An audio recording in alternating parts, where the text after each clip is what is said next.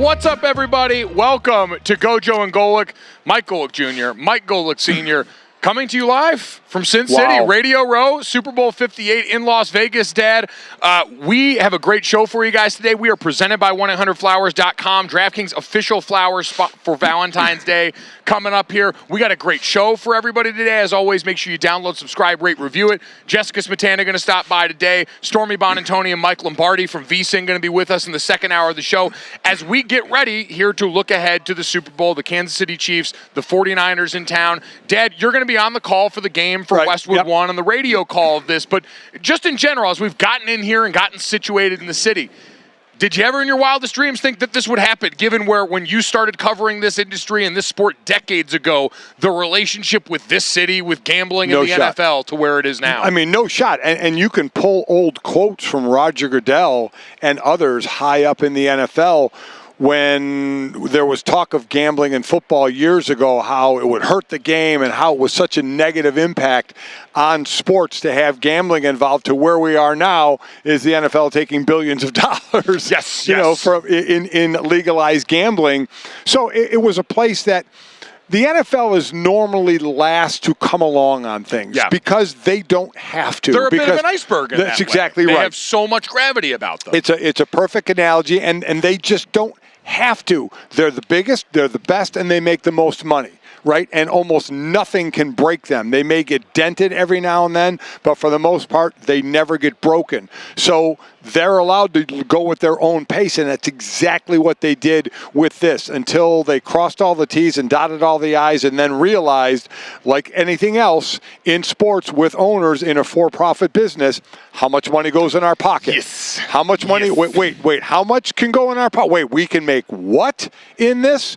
Okay, why don't we look into it a little bit more? Because it wasn't that long ago, and I keep bringing this up, when Tony Romo was supposed, and you know how big fantasy football is, he was going to do a fantasy draft in Las Vegas, not even in a casino, in a convention center or something that had nothing to do with a casino, but it was in Vegas, and the league told him no, he could not do it. Now, I mean, everybody, now, still, if you're a player, if you're a coach, if you work for the NFL, you cannot gamble. You can't go in a sports book. Which, let me tell you, coming into this weekend for a guy that's getting ready to be on the call for the game, Dad was a little concerned that some of those rules on gambling applied to him, because him and my mom do some gambling. Yeah. Not like necessarily the sportsbook kind of gamble. My mom lives to pull slots. My dad plays a ton of blackjack. And the thought that my dad might not have been able to go and play blackjack on this trip, you'd have thought we told him his dog died. You were beside yourself. So two things I finally understand, and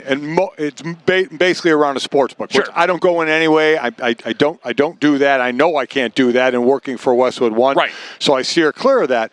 But I do play blackjack. I do hit the slots as well at times, and your mother is maniacal on the slots. We went over to do Dan Patrick this morning. They're over at the Fountain Blue, and we walk into there, and I'm thinking, oh, Mom came along because she wanted to watch us go both do this hit, and she turns left when we're going up the escalator. She goes, oh, no, I'm going to pull slots. I wanted to check out this casino. She's been scouting the joint. She's casing it like she's in Ocean's 11. Didn't even go watch her husband and her son go on a show together. She veered off to gamble. And by the way, I am available for any kind of paid appearances this week because I am already in the hole, and I'd like to make that up. That is true. So, and if there's one thing my dad can do around the Super Bowl, Dad, what Super Bowl is this for you? How many of these weeks have you been out here and covered? I think it's in the area of between 26 and 28. So my dad, laundry list of career accomplishments. He's in 2 Radio Hall of Fames, played 9 years in the NFL. My dad's most valuable skill set might be his ability to sling product in the area behind us at Radio Row. You want dynamic? I've seen him sling diabetes medication and Mountain Dew in the same hours in the day. So it is one of your more impressive skill sets. It's a skill. And you have to understand, too, the pulling the curtain back here, of what goes on here. This is what happens with, and think about what happens for like Hall of Famers. Guys that we're going to talk to, like the Emmitt Smiths and Joe Montanas, Anthony Munoz's of the world, the guys that are wearing the gold jackets. I mean, they go through here and they talk football and they talk about their product, and when you wear a gold jacket, it works out really, really well for you. The check they write you has a few more commas when that is part of your resume. But that's what this is. You get to talk football with some of the great greatest players to ever play. You let them talk about their product, but you get to talk football, and that's what this week is. And it's not even a lot of football in the beginning of the week like where we are right now.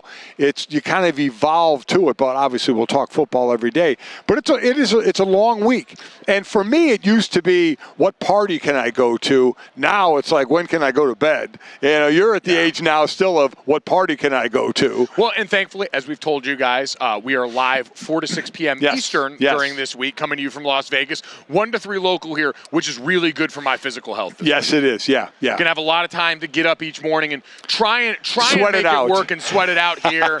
It'll be a great week out here. We've got all the, Dan Le Batard. Dan Le Batard is at a Super Bowl for the first time in my lifetime here. They're over at Circa. Stu Gatz has been wandering around here already. So we're going to have a great week with all of them. Like you mentioned, we've got tons of current and former NFL players coming by here that are going to be a part of the show all week as we get going. But Dad, you mentioned it. We've got a lot of time to ramp up and digest and talk about this game. But as the teams arrived yesterday, and we've got Super Bowl opening night coming up tonight where all the teams will get in front of media and the talk. As you currently sit here right now, what in your mind is the biggest storyline going into this game that's a rematch of a Super Bowl that we got 4 years ago? To me, it's the unsexiness, because it ain't Mahomes or Purdy or the offensive firepower. It's the defenses.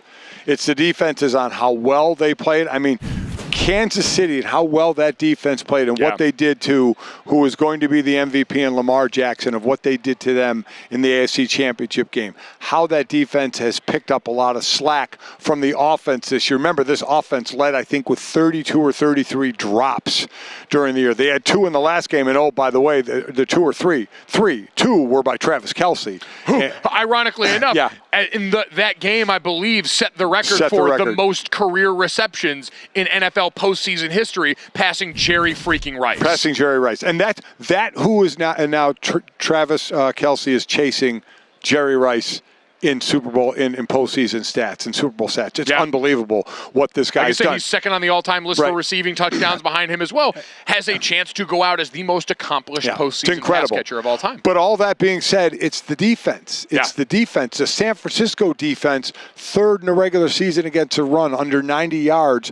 In the postseason, giving up over 150 yards a game. 130-some to Detroit, 180-some before that to Green Bay in a game that I had called. Brock Purdy, in all honesty, has not looked great in especially the first halves of these games, but he has finished strong. But to me, it's the defense, the depth of a San Francisco defense, and can you stop the run? I'm going to get a chance to talk to Fred Warner a little later, their all-pro linebacker, on what has been going wrong with that running game, especially in the postseason. And and then obviously the Kansas City defense. I'm going to get to talk to Nick Bolton and Chris Jones and say, what's been going so right with your defense, and what Steve Spagnuolo has been doing, what they did to Lamar Jackson and bottling him up. Now, Brock Purdy is not as much of a runner, though he had a couple of big runs last week, but Brock can get rid of the ball. He has more dynamic weapons to kind of point guard the ball to. Yeah, it's certainly a game where both the defense's prowess, the things that they do well of the story, but also, like you mentioned, the clear weaknesses up front for both of them. These are both teams that, against the style of runs the other teams major in, tend to struggle. We've seen that be the Achilles heel for the 49ers in this run. We haven't seen the Chiefs maybe exploited as much as we expected during this playoff run, but Buffalo was able to move the ball on them pretty well on the ground. The Baltimore Ravens just opted not to, in a way that I know frustrated a lot of Ravens fans with Todd Monken's game plan there. But this whole postseason, Dad, has kind of been a throwback. As much as we're going to talk about, understandably, Patrick Mahomes, who is going to become the first quarterback to start 4 different Super Bowls before the age of 30. He is 28 years old, by the way. He's got 2 more years before he's going to be 30 that we could potentially be adding to that and putting that so far out of anyone's reach, it's not even funny. You've got that on one side, and then Brock Purdy, who I think over the course of this week, we've got a really good opportunity to sort of reframe the way that we talk about him in light of the most toxic conversation around quarterbacks I've seen in a while this season. It really does tend to center around these two defenses and which team is going to be able to cover up for their flaws enough to survive, because they've both been strengths. This year has been, I think, so difficult as we've gotten to this point where the Chiefs are in a Super Bowl most people didn't expect to be there. A lot of it is because I think in our minds it's still taken a while for our perception of them to catch up with reality. we still perceive them as Mahomes, Kelce, the offense, the thing that's been the story there, whereas they're a defense and run-the-ball football team, and that's kind of been the flavor of this postseason. It's sort of been a throwback postseason for a lot of the teams that we've seen. It has, and I'm not a huge stats guy, but the one thing I do look at is what's the quarterback good at, and what that quarterback's good at, the opposing defense is also good at stopping. So those are the kind of matchups, because let's be honest, who had the better regular season, Brock Purdy or Patrick Mahomes? Statistically, it was Brock Purdy. Brock Purdy. Yeah. And a lot of the things he does well, Kansas City defensed those things well with all other teams in the regular season. So that's a matchup I look for. Then the one thing, as I mentioned, I'm going to get to talk to Chris Jones. I did not realize this. By the way, you keep mentioning all these interviews that you're going to get to do for Westwood One. Yeah. Kind of hurtful. Like, you can't just try and pitch them on coming over here. Say, hey, fellas, I got this show, GoJo and Golic. It's on the DraftKings network. Yeah. It's on Samsung TV Plus. Yeah. It's on Roku. Yeah. It's all these places. You can get it wherever you get your podcasts. It's a great show. I'm sure you guys have already been paying attention to it. You want to come over here. It seems like you're being awful stingy right now. Well, they asked, who do I do the show with? And I said, my son. Interesting. They said pass. Interesting. Okay, yeah. No, going to blame me for that. All right, it's fair. Not? You haven't asked them. And that hurts me. You're that right. hurts me deeply. I haven't asked them. Chris Jones, how about this? 13 double teams against Baltimore. 23 times he was double teamed against Buffalo, and also 13 times doubled against Miami. In the 3 playoff games, he was double teamed 49 times. And last year, in 2022, when they played San Francisco, he was double teamed 19 times. Yeah. I mean, that is unbelievable to me, and the fun in this game to me is going to be watch where he lines up. Because if you're looking at a weakness on that San Francisco offensive line, it's a really good offensive line. Just don't go anywhere near the left tackle. Yes, Trent Williams. exactly. Chris Jones rarely lines up over there. It's going to be over the guards or the right tackle. And we had talked about this when this game was set. You as a former O-lineman, of the film those guys want to watch about, oh, God, But a lot of times I'm sure you're going to slide that way. But that's also the job of Steve Spagnuolo, is try to get Chris Jones singled up. I think that what you brought up is a reminder of why we see him moved around so much, why his placement on the line's always been a subject, because when you're a guy that gets that kind of attention, you're right, it falls on the coordinator to try and find clever ways to get you a couple of those one-on-one matchups a game. Because Chris Jones has, in the especially last few years, become one of the best closers in the NFL in postseason games. When they need a big play at the end of the game, a la Aaron Donald in that Super Bowl, a la plays that we've watched Chris Jones play, he's been able to slam the door shut on a lot of these teams. And part of that is the coaching situation, which also this week is going to be an incredible thing that gets talked about here. Because on one side, you've got Kyle Shanahan going into this game, who's trying to slay some demons right now. Kyle Shanahan, who has held leads both as a coordinator in the Super Bowl in Atlanta and as the head coach in the Super Bowl against this Chiefs team 4 years ago, and in both cases, blown them in meme-worthy fashion. So he's got that following him around. While on the other side, Dad, you mentioned it earlier today when we were talking on the Dan Patrick Show, Andy Reid probably in this sea of headlines. I mean, we haven't even hit Taylor Swift and Travis Kelce and what went on at the Grammys last night, and we will get to that. But with all of these other storylines swarming about, and is Brock Purdy elite, and Patrick Mahomes, and are the Chiefs villains now because they've done so well for so long, quietly sitting in the middle of all this, not ever courting the fanfare outside of some great appearances in those commercials, Andy Reid sitting there now having done this kind of dynastic building, albeit without the Super Bowl hardware in Philadelphia, but done this kind of building to make another team a power at 2 different stops along the way in a way that's uncommon for coaches in the NFL. Yeah, he gets lost in the shuffle. He's a guy that never seeks attention. Now, most coaches don't seek attention. But, yes, he has. And I think what hurts him is the fact that he got to the, NFC Championship game, 5 times in Philly. He only got to 1 Super Bowl and lost it. So didn't close that deal, but he is inching up as far as those games played in Super Bowl appearances with some of the other top. He's a walk-in Hall of Famer. Easily. There's no doubt about that.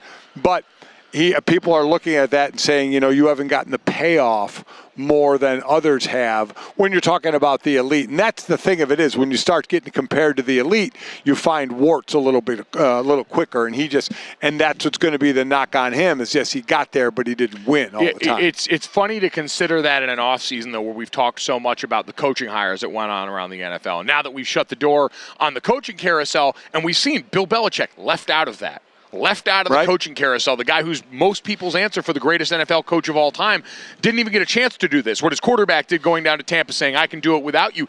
Andy Reid had that tenure in Philadelphia, made them a perennial power. I mean, you played for Philadelphia for 6 years, so I grew up an Eagles fan. I was an Eagles fan during the years where Andy Reid and all of those players, Brian Dawkins and Bryant Westbrook and Donovan McNabb at quarterback, were this perennial powerhouse in the NFC.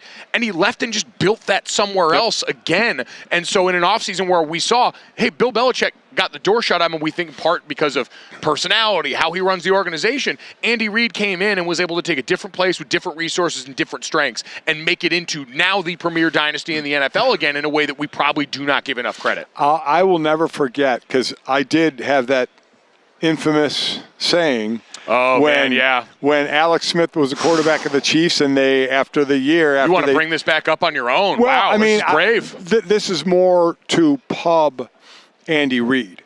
So back again when Alex Smith was the quarterback and Pat Mahomes was the rookie. Remember, Pat Mahomes turned down marketing deals being a first rounder because he said, I'm not the guy playing. Focus should be on Alex Smith. And then they went away from Alex Smith and Patrick Mahomes, and I said, no way on God's green earth that Patrick Mahomes is going to have that kind of a season when you just throw him in there after you get rid of Alex Smith. And, of course, I think he threw 50 touchdowns that year or whatever he did. But I remember that year after saying something like that, you know, Andy, fortunately, you know, and I've been very lucky with this. I've been friends for a very, very long time. And I remember Andy texting me one morning and said, Mike, I'm just telling you, you should see Mahomes in practice and what he does. And that's somewhere we don't get to go. Sure. It's somewhere we don't know in certain situations. You know, flash way forward to the Trey Lance situation in San Francisco. Yep. What you see out of him and what we don't get to see in practice where you don't have the confidence, or other top quarterbacks who you're waiting to see them get a chance, and if they don't, it's like, why? It's like, well, the coaches and everybody gets to see him in practice and what they can do. And Andy said, you wouldn't believe this guy in practice of what he can pick up and what he can do. And, I mean, they obviously traded up to get him, and they knew what they were doing. So his ability to see talent, pick talent, develop talent has been incredible because, you know, Patrick Mahomes, we all saw, you know, at Texas Tech, but it's Big 12. Everybody throws for big yards there. So who knows? It's one of the biggest knocks against Cliff Kingsbury, who's now the offensive coordinator for the Commanders, is how did you have this and only get that? Isn't it the biggest crapshoot to draft a Big 12 quarterback who throws for a gazillion yards going, well, they never make it in the NFL. Well, now we've seen some make it in the NFL, obviously including Patrick Mahomes, but I'll never forget that text from Andy and going, okay, and man, couldn't have been more right on picking this talent. And both of these quarterbacks, I saw Peter King did a great article where he drove to work with Kyle Shanahan in the lead up to this game, and Kyle talked about when the last pick in the draft's coming around. And you know this, at the end of those rounds, it's guys getting up on a table and banging for who they want to try and bring in with that 7th round pick. And Kyle Shanahan had really liked Brock Purdy. He said that they had a 4th round grade on him, but they figured he could slip to late in this draft. And there was talk about could they get him as an undrafted free agent and how would that work out? And finally, the York said, is this the best guy on the board? And Kyle said yes. And they said, what are we talking about then? And bring him in. And then they got to go from there. Obviously, you only get so much credit for the last pick in the draft. Right. It was that same idea that both organizations and both coaches had an understanding of, hey, we kind of know the guy that we want, albeit in very different spots. And now they've both wound up in the same place where on one side, the 49ers will be the first team to have 5 different Super Bowl starting quarterbacks on their team. The other side going up against Patrick Mahomes, who's now, like we said, going to be the youngest quarterback to go and start 4 different Super Bowls before the age of 30. So different roads to get there, but both teams that very much knew what they wanted and have found a way to get here on multiple occasions. These have been 2 of the perennial powers in the NFL during the last 5 or so years, and we get to see them square off again now. I don't want, I mean, we're the first day and there's so much, but I have a great stat on, I think it'll shock a lot of people about Kyle Shanahan. We'll get to it at some point. But how much does it count against San Francisco? They hit on Brock Purdy, I get it, but they missed on Trey Lance and gave up a lot of hard work for him. We will get that stat and the answer to that question. Coming up next here in Vegas, Jessica Smetana going to join the show here from the Dan Le Batard Show next here on GoJo and Golic.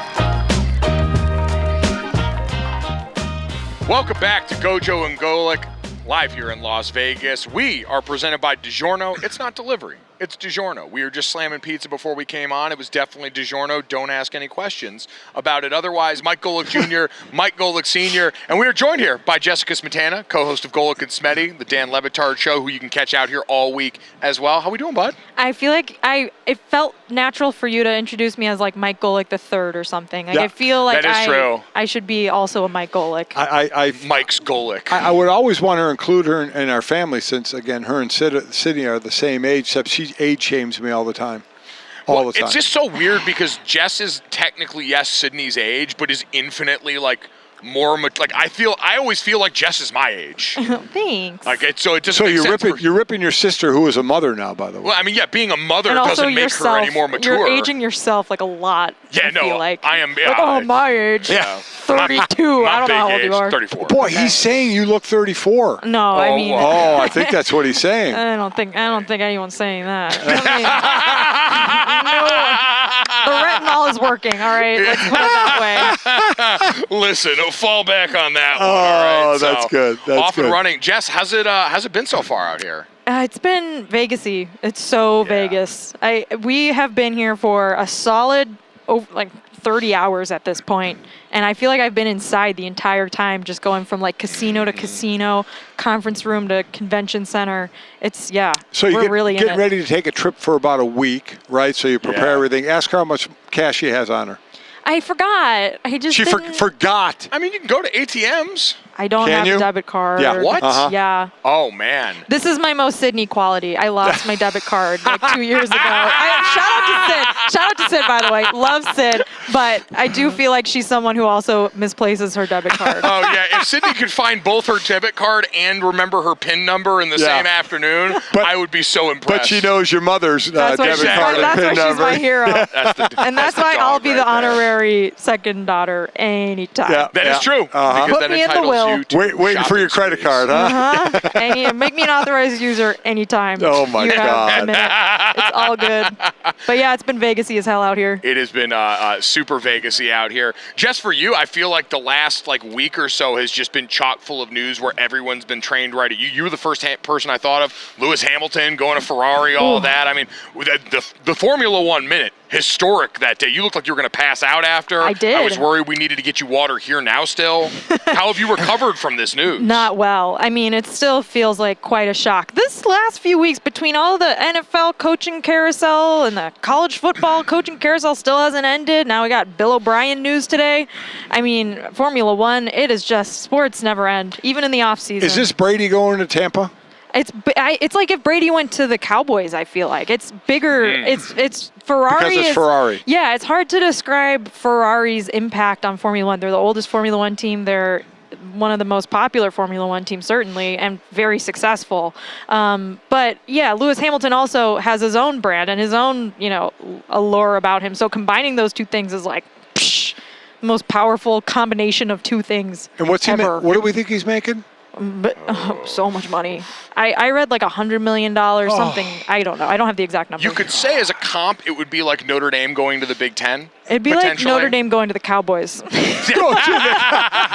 don't know why I keep thinking of the Cowboys, but I feel like, Big Cowboys. the Death Star, brand. yeah. I only say Notre Dame to the Big Ten because we had the news you mentioned in college football the other day of now like a redux of the alliance where it's just the Big Ten and the SEC decided to shake hands in public and say they were going to come together on a strategic partnership here. Is that something, nothing, or everything to you? Like, does that register on the Richter scale of what we've seen in college football lately for you? I mean, no. Like, an announcement that conferences are talking to each other doesn't really, unless something happens afterwards. But like you said, we've seen them do this before, and then nothing came of it. In fact, the other conferences just kept poaching teams from those conferences. So I don't know. I don't really. See, I'm with you. Really The alliance we're talking about was the Pac-12, the Big Ten, and the ACC. Right. All were arm in arm saying we're going to do everything together until something's good for us and not you, and then we're leaving. Right. So that was nothing. So, Mike, I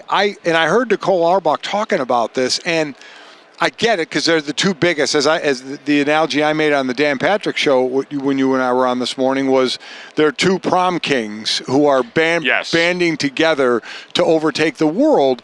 But I just feel they're doing that until somebody can get something more out of it than the other, and then they're not going to care about each other anymore. Yeah, I think the reason that people are maybe like paying attention to it is because if we do exist in a world in the future in which there's two major conferences, it will be those two conferences. Right, Like they are obviously the most well positioned to be. We've already started big publicly two. referring to them as the Power Two. Right. That's been a thing that's not just a couple of people. Right. Yeah, I still don't. I still don't. Yeah. I don't want to give them that much. Are you still going? I'm She's anti-conference. bitter. I'm She's anti-conference forever. For Notre Dame independence. Are you still going the Power Six like the American Athletic Conference commissioner wanted it to be for so long? The P6 stickers. That's so sweet. That's I've been so saying sweet. P4, honestly. I say rest in power to our friends out of the Pac-12. But the only reason it was interesting to me because the way they phrased it in the boilerplate is they brought together the athletic directors, presidents, and chancellors, and everyone around are not familiar with college football. The decisions are made at the president and chancellor level. They brought together the most powerful group of Hilton and Marriott Rewards members imaginable into one group. They have like stone statuses that the rest of us can't even comprehend. Correct. They have had to invent elements on the periodic table for the kind of Marriott points that they have. But the idea was address significant challenges facing college athletics. The only reason it's interesting to me is because of the backdrop of the point we're at now, where it seems like everybody on the school side is especially sick of what the NCAA is trying to do, because we've seen this renewed effort in the last year for them to try and come in and police this area and name, image, and likeness. That's the way college football does business now. Like right, wrong, or indifferent, however you thought it was supposed to be at the beginning, there is what you tried to lay out as the NCAA retroactively, and then there's the reality of the way the system works, where, yes, collectives are absolutely being used as enticement for players in the portal, out of high school recruiting, and the NCAA got in trouble here for sitting on their hands for so long, waiting for someone else to help them out, that it does seem like the schools are now saying, all right, we're sick of you trying to come in here and do this after the fact. We're going to actually put resources toward figuring out something else. That's the only reason I am somewhat interested, because this is peacetime as opposed to wartime the way it was in the pandemic. I feel like it's every time is wartime right now in college football, Mike. But I do think I don't exactly know how I want to phrase this, but I do think when you bring any group of schools together, and obviously like this conversation centered around college football, when in reality, I think a lot of these institutions like being part of the NCAA when it comes to the other sports. Sure. And they're completely fine. Like they're partners. They work together. The schools are the NCAA. They're all kind of one thing that works together when it comes to a lot of the things that they like that the NCAA does. Obviously, there's now this lawsuit in Tennessee over recruiting and Florida State and all these different violations happening, and NCAA coming in here and being like, oh, we don't like the way you're running your collective, or any, you can't drive a recruit to a collective meeting, and all these things that are like, okay, like what are we still doing here? They don't like that when it comes to college football, because that's the moneymaker for a lot of schools. But even in the SEC and the Big Ten, there are still some schools that aren't, at that level, that I don't know exactly how you're ever going to get everyone on the same page. And that's why, to me, it shouldn't be the rest of the power conferences worried here. It should be the teams at the back end of the SEC and the Big Ten that worry when they start Vanderbilt. talking. Like, all of a sudden, those teams that have been chanting the three letters at a lot of different games are going to be looking up going, oh, wait a minute, we don't have a home now, because the Big Ten and the SEC are just going to say, they're hey, relegating us. The best teams in our conferences? We just want them. So I guess my question is, the college right now is a scattershot. What's the next official thing that's going to be done? That's where I am. I have no idea. And trying to predict that is a fool's errand. So instead, we will have Jessica Smetana try and predict the Super Bowl. Jess, you're going to be the first one going up on our board here in Vegas this week. We need score and who you are predicting the winner to be. Am I just writing the score? You're writing the score, and then we'll put it on the side of the winner. The side of the winner. Okay. Nice and big so we can read it. You're the first one, so don't screw this up. Oh, it feels okay.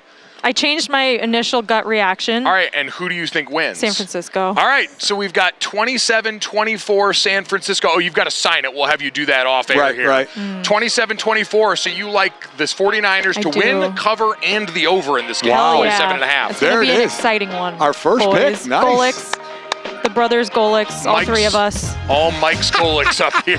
Thanks, Jess. Thanks.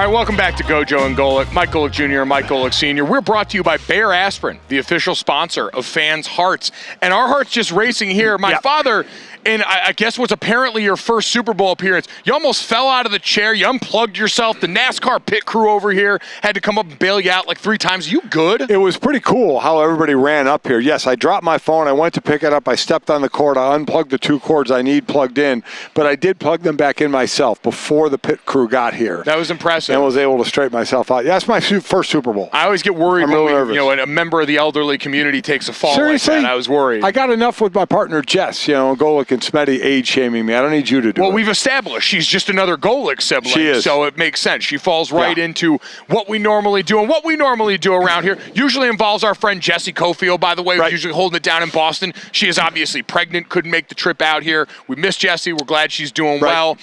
She's usually the one that leads us through this, Dad. It's Monday here. It's time to do a little bit of Mic'd Up Monday, where we get into some of the sound bites. And thankfully for us, we got teams in the Super Bowl willing to give us some stuff here. We had the players show up the other night. We've got opening night coming up tonight, the big media spectacle, everything that goes on over at the stadium. That's going to be a boatload of fun.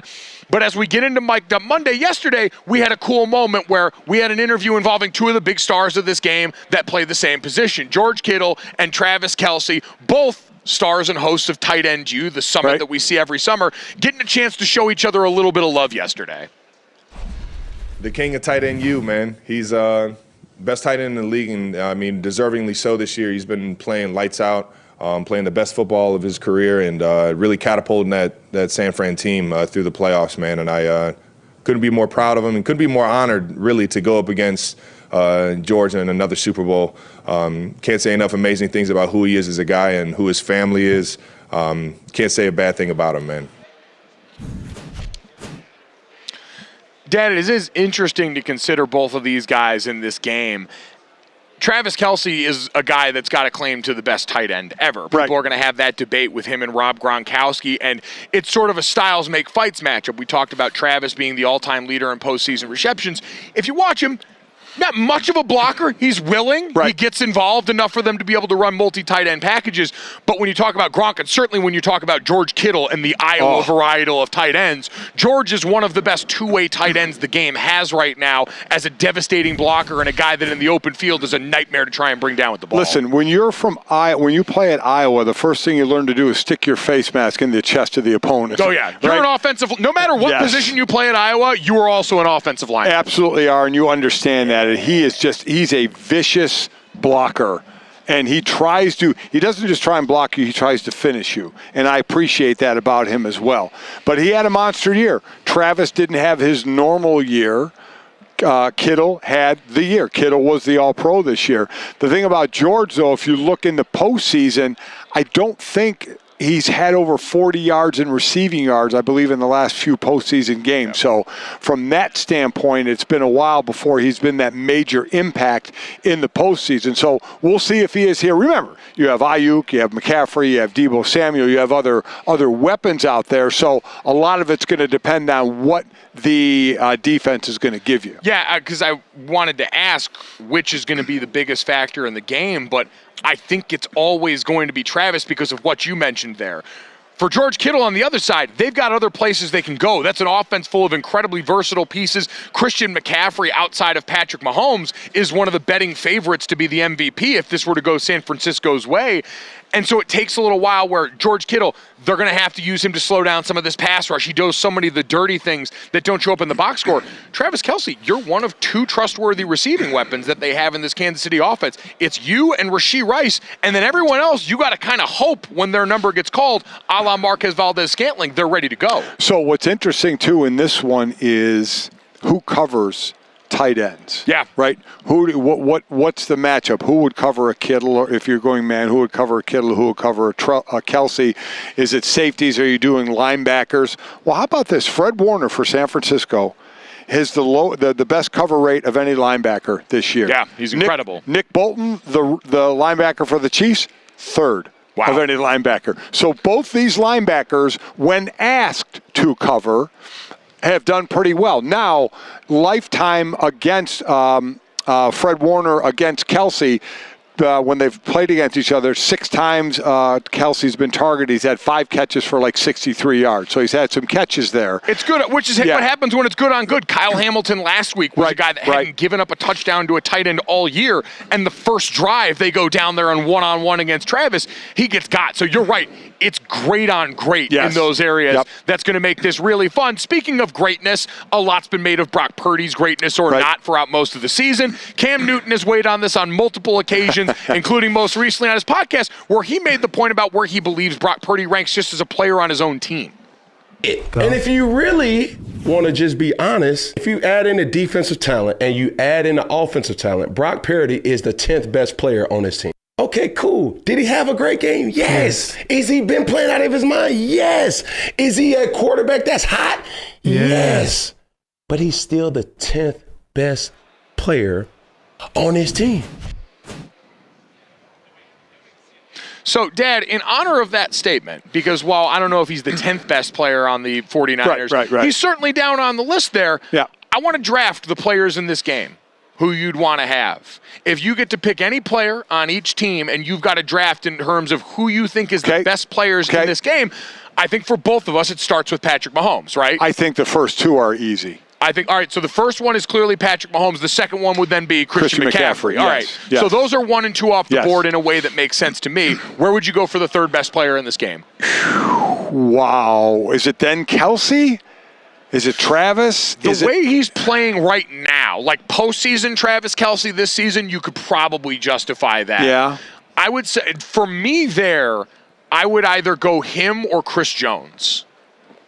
Chris Jones is playing well. Now, Chris Jones barely has any sacks in the postseason. Sure. But he's got pressures. You mentioned all the double teams. All the double. You're getting double teams. Somebody else on your D-line or whoever's rushing better be stepping up to get pressure. Because I think it becomes next after that, it's do you want to go for one of the tight ends? So would you go for Kelce or Chris Jones there?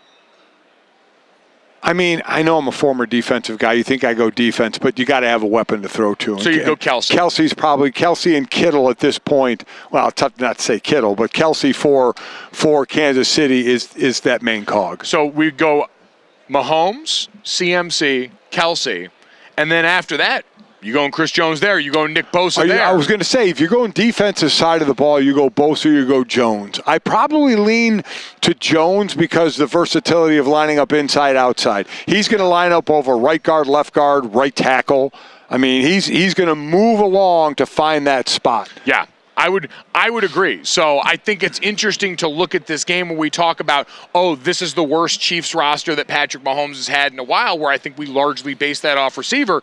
We have now gone, 4 of the first 5 are guys that aren't in 49ers uniforms? Yeah. In our mind there, just working through this on the fly right now? Almost seems like the next one. I mean, you have to give Kittle some love because he was the all-pro tight end. But I guess what's hard there is the fact that you have 4 major home run hitters on that offense with CMC and Kittle and Debo and Ayuk. Yeah, you do. But I think in that group, it becomes an interesting debate after Christian McCaffrey who the weapon you want to take away is. I think that's going to be part of the calculus for Spags. Obviously, you're going to have a ton of attention focused on Christian McCaffrey, but then after that old Patriot idea of who do you want to take away from there, taking away what they do best. You look at, I think a lot of people, especially based on the way he came back and played last week in their game against Detroit, might be Deebo Samuel because of everything that he can do in that offense, all the places you can put him. You have to be constantly aware of where that guy's at.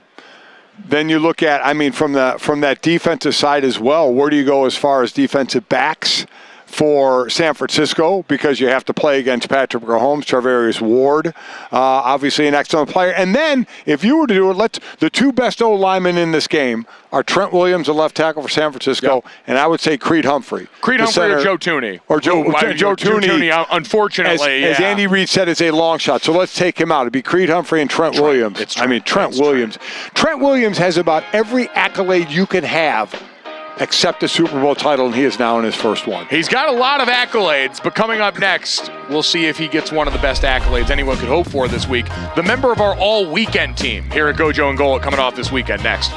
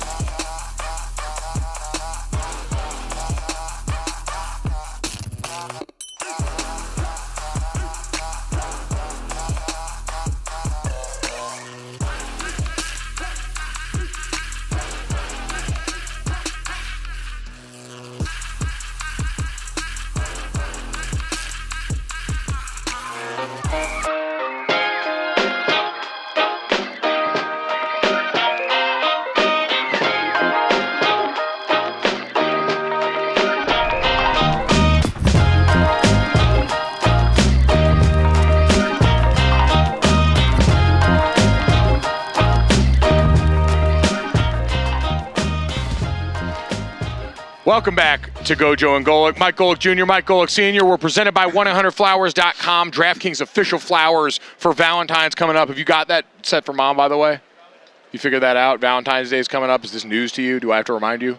Valentine's Day, let me just say. Oh, boy. Let me just say, I was hoping one of you kids would take that over for me. Oh, to interesting. say it for me. You want us to try and show the love to your wife that is your marital responsibility. I have that right. Yes. So you've completely forgotten is what you're telling me. Boy, yeah. Boy, that's the Stugatz is strong in you right now. You know what? She will get something from me, and it will be like I knew exactly what I was doing, like I've done for the last 36 years. Oh, my God. Yeah, it's disappointment. Certainly in my mom's future coming up. You want to ask your mother about that. That's probably a word she'd use. Yeah, that's probably the case here. So let's get to some people that are not a disappointment to their parents or significant others. The members of our all-weekend team, we had a big weekend coming up. Obviously, the rest of this week is going to be so dominated by what goes on in the NFL and everything around this game. Dad, let's get to it. We're going to do second team and first team all-weekend picks this weekend. I'll let you start off. Who is going to be your second team winner? Second team, I'm going to Pebble Beach, which was played this weekend, the Pro-Am out there in Pebble Beach. Which got walloped. Did you see that Sunday, the last round? Nightmare fuel. God. As someone who came from the West Coast and flew from Los Angeles out here and barely missed out on that, couldn't imagine having that was the scene of the priest out in Caddyshack, having the best round of his life. I don't think the hardship's coming down for a while. But I'm going to go with the third round of that, and Wyndham Clark shot a 60, had the eagle putt on 18 for a 59. And came up a little short, surprisingly, that you come up short on that. But it was a long putt. It was a tough one. But he had a little tap in after that to shoot a 60. It was a monster day for him. It was raining on and off for the first couple of days, and then that Sunday was just brutal. But I'm going to go with Wyndham Clark. I mean, listen, I know they golf a lot. They're pros, but not many times you're there. Yeah. And you have that shot to break 60. I know he missed it, but still getting a 60, pretty damn sweet. Be that dial in, no doubt, very impressive, good for him, and God, that weather looked like an absolute nightmare.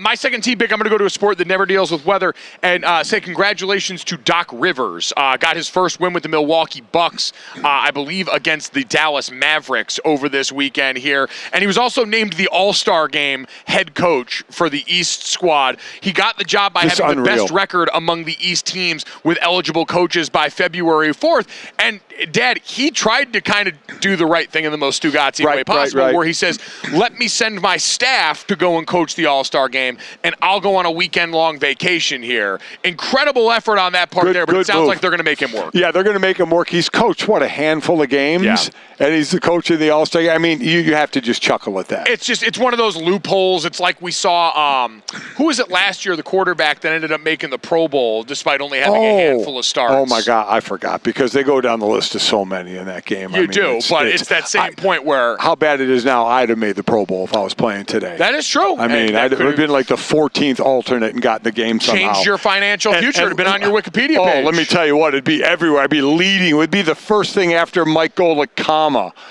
Pro Bowl. I wouldn't say 14th alternate. It would just say Pro Bowl. No, it would just strictly be Pro Bowler there. But, congratulations. Listen, it's Doc Rivers, we saw the quote from him, basically, Stugatz's line. I didn't ask for any of this, that I wouldn't wish this on anybody coming in this particular situation. But he's come into a situation where he's handed a perennial Eastern Conference contender who had won over 30 games by the time that he got them, who just needed really one specific outcome from him, more organization on the defensive end. You've still got Giannis and Dame Lillard to work with, and so not many people going to cry crocodile tears for Doc Rivers at this point, considering the opportunity that he's got ahead of him to go and make a postseason run with a team that knows how to get to the top and knows how to get to the hardware. Yeah, great job out of him. All for that. It was phenomenal. Good second teamers there, I should say. Yeah, good quality, second teamers. Quality second teamers there. Dad, who's your first team pick? So I'm going to the NHL All-Star Game, which amazingly enough, I watched most of that and didn't watch barely any of the Pro Bowl stuff in the NFL. Because I love the skills challenge, not so much the game, but the skills challenge. This year, they had $1 million on the skills challenge Which winner. we said should have been in a duffel bag at center ice, just waiting in front of everybody. Everything that involves money like that should be like the poker championships when they just dump the cash right on the table. Let's see. I want the heart rate track, too, when they can see the money and watch them sweat it out. So Connor McDavid from the Edmonton Oilers won the $1 million. He is first teamer for me. $1 million. They went through the skills competition. The last event was the obstacle course. He had to finish, needed to finish second or better. He ended up winning the event, needed to be second or better in that last event. He ended up winning the event and winning the $1 million. So, I mean, that is a stunningly great prize, even in professional sports. It's like we talked about with the NBA's in-season tournament where you had this financial reward in the back, and people said, well, these guys are multimillionaires. Right. What are they really going to care about all this? And we saw, in addition to just the added element of competition, that's not an insignificant amount of money to any of these guys. And so, in this case, $1 million goes even further. You're never going to sneeze at that. No, you are not. And quite honestly, I like how the All-Star game as well. The All-Star game, it featured 3-on-3 tournament, putting 4 teams that were drafted on Thursday night. I like watching the 3-on-3. A lot more spacing, a lot more shots, tougher on the goalies for sure. Yep. But I do like watching that element. But man, I don't know of another all-star thing in any sport where one person is getting $1 million. Because, again, the basketball, they all got $500,000. They didn't get $1 million. It's still pretty damn nice. See, right? This is what you need to do, college football. If you're tired of the opt-outs, the MVP of next year's Pop-Tarts Bowl or Duke's Mayo Bowl needs to get like $500,000. Now, all of a sudden, you got a chance to go and ball in Charlotte and watch your coach get doused in mayo and get $500,000, because it could be anybody. You don't know who it could be. And so, yeah, it's not going to fully offset that. But if you got someone that's on the edge and thinking about it, could be something interesting to consider. So, would you take, and again, it's not going to be $1 million. Would you take $10,000 or Pop-Tarts for life? Pop-Tarts for life. Yeah. Final answer. Okay. Yeah, not even a question. What would the number be that you would take the money instead of the Pop-Tarts for life? It'd probably be in like the 6-figure territory. Yeah, I would think so, If we're right? in 5 figures, I'm probably still thinking about my Pop-Tart consumption and how that's going to stack up. So, very interesting to consider. At GoJo and Golic on Twitter if you want to answer the same question. My first team all-weekend pick is going to go to, unsurprisingly, Caitlin Clark. This could be any number of things there. Caitlin Clark scores 38 points in a win against Maryland. She's now 66 points from passing Kelce Plum 2 games? for number 1 all time, which at her rate of Seriously? consumption, Yeah. probably in the next 2 games. But it was interesting watching it in the background of some comments that came out over the weekend. Cheryl Swoops was on with Gilbert Arenas on their podcast and had this to say about Caitlin Clark's pursuit of Kelce Plum's record. If you're going to break a record, to me, if it's legitimate, you have to break that record in the same amount of time that player set it. Okay. Right? So if Kelce Plum set that record in 4 years, well, Caitlin should have broke that record in 4 years. But because there's a COVID year and then there's another year, you know what I mean? So she's already had an extra year to break that record. So is it truly a broken record? Now, Cheryl Swoops is a legend in her own right. This is not to besmirch her. This is to applaud. The Stugotz is also strong in her. This is Caitlin Clark's 4th season. Caitlin Clark has played in 123 career games. Kelce Plum played in 139, where she scored all of that. The COVID year actually shortened Caitlin Clark's season and her attempts to do so. And so this was a spot where I saw a lot of Iowa people had a strong reaction to that. A lot of people were coming for Cheryl Swoops. I don't want to go that far because Cheryl Swoops is an absolute legend. It just sort of made me chuckle because this is one of those things. In this era, we're so used to this with players, but with Caitlin Clark, she is a 4-year player that's on the cusp of putting this record so far out of reach from anyone else. Do we have to believe that Cheryl Swoops didn't know the game numbers? Oh, for sure. So I guess real quick, again, Stugotz. What do you feel about that? What if it was Caitlin Clark's 5th year? She would still have the record. Then you talk about asterisks, or what we do is we say in number of games it took, right? I think it's one of those things. That's why we talk about the need for better stats, counting stats, volume stats. They're always going to skew in favor of time. Right. That's true anywhere with any record, especially in college. You can differentiate with points per game. You can find other ways to still celebrate Kelce Plum, but longevity could also be a thing that you support and celebrate there. And either way, Caitlin Clark's career going to be one that we talk about and celebrate for a long time. We're just getting started here. Hour number 2 coming up in Vegas. Stormy Buonantony, Mike Lombardi going to join us next.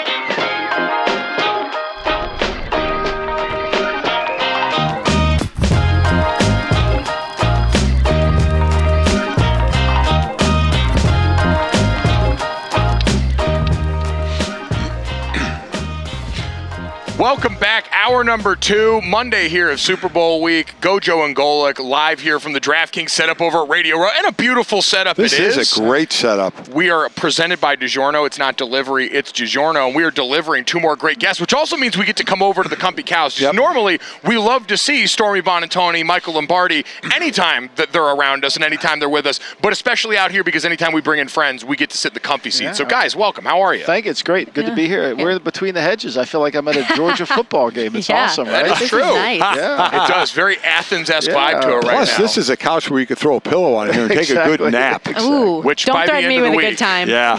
By the end of the week, you guys are going to be doing shows over there. We're going to be doing shows and people are just going to be passed out and Fun camped out fact here. about me, I can nap any place, anywhere, anytime. I'm so with this you. is just like Yeah, I'm with you. beautiful. This is Oh, that's great. really begging for it to happen right now. By the way, you can catch Michael Lombardi, Stormy on the Lombardi line on VSiN. Obviously, the GM Shuffle, also a fantastic show that you can all check out. And as we get towards happy hour here, a good reminder for everybody that the DraftKings Happy Hour Boost is going to be going all week long here. A new Happy Hour Boost from 5 to 9 p.m. Eastern every day. When we hit the 5 o'clock Eastern hour, the first Happy Hour Boost is going to go live there on DK Sportsbook. You can get Christian McCaffrey to have 30 or more rushing yards in each half, boosted from plus 120 to minus 140, boosted up to plus 120 from minus 140. Tune in to GoJo and Golic every day this week. We'll give you the new Happy Hour Boost as it comes up there. Like it. Stormy, Very how does that nice. sound to you? I could talk myself into a Christian McCaffrey. I could talk myself into an Isaiah Pacheco if you do the 30 and 30. So can we just, Michael, let's start there. For someone who's been in the league as much as you have, I've been in the league for a while as well. The Super Bowl is in Vegas. For all the time that the league has shunned gambling, has not only shunned but looked at it in such a revolting way, to now accept it the way they have, obviously because of the number with the beginning with the word B that comes along with it. Yeah. You know, I started my career at UNLV, and obviously that was the sports books were still big, and you just never thought it was ever going to grasp. I mean, you know, they didn't have UNLV games on the board. It was always a taboo thing. But, you know, we worked at VSiN with the great Brent Musburger, and in 1975, when he started the NFL Today, he and Jimmy the Greek in 76, they walked over to Pete Rozell's office. They walked along 6th Avenue, and they said, we want to put the Greek on, and we want to talk about it. And they went through this whole hour-long meeting, and in the last 5 minutes, Rozelle said, talk about it, but don't ever use the line. And they did, and that's kind of how it got introduced into the whole fabric of the NFL, was with the Greek and with Brent Musburger. And so to come from that point where we're not even talking about the line on the pregame show to where we are today is somewhat remarkable. It's been a huge seismic change. It's reflected in just the visual of all this here now, and it gets us to a point where we get to usher it in this city with 2 teams that everyone is also very familiar with, both historically around the NFL, but certainly in recent history as we've got the matchup from 4 years ago now. And Stormy, one of the biggest characters in this week, both of them are going to be quarterbacks, certainly, but I want to start with Brock Purdy in San Francisco. We've kind of gotten to beat this from a bunch of different angles all year long. As we get to this week now, after what he's done in the postseason, is there any part of you that's still surprised about the way he's discussed around NFL circles because of his play?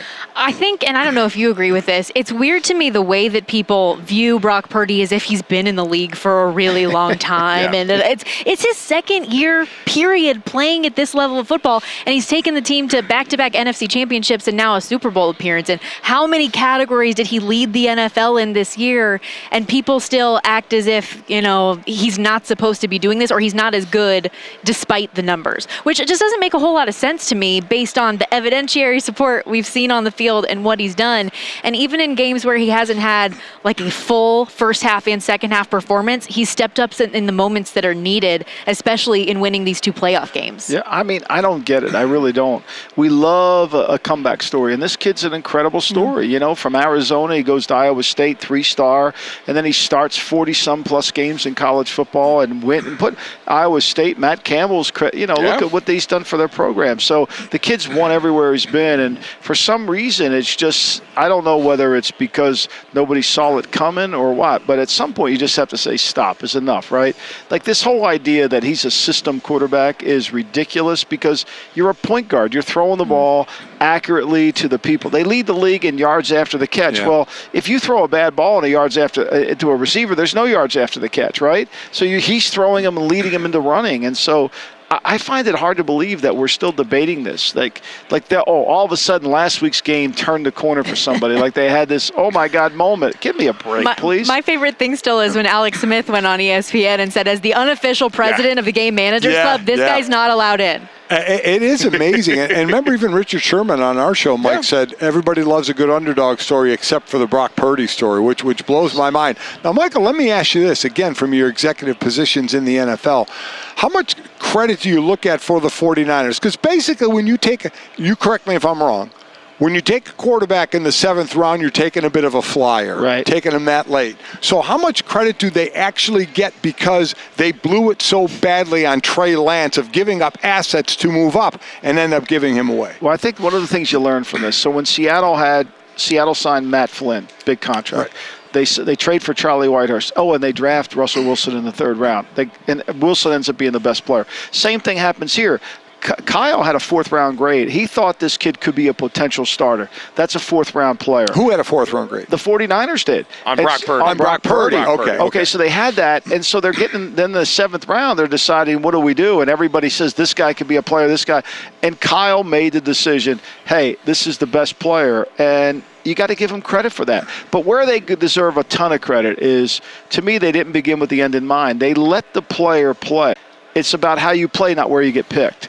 And now he got fortunate with the injuries, but when Jed York confessed last week that Kyle told him he was the best quarterback, even though he was a 7th rounder, that tells you how willing Kyle was to allow the competition to unfold. And it also says a lot about Brock Purdy's intelligence and his ability to show quickly in a few reps how great he was. I think it's a tremendous story. I really do. But again, the lesson is you should draft quarterbacks every year.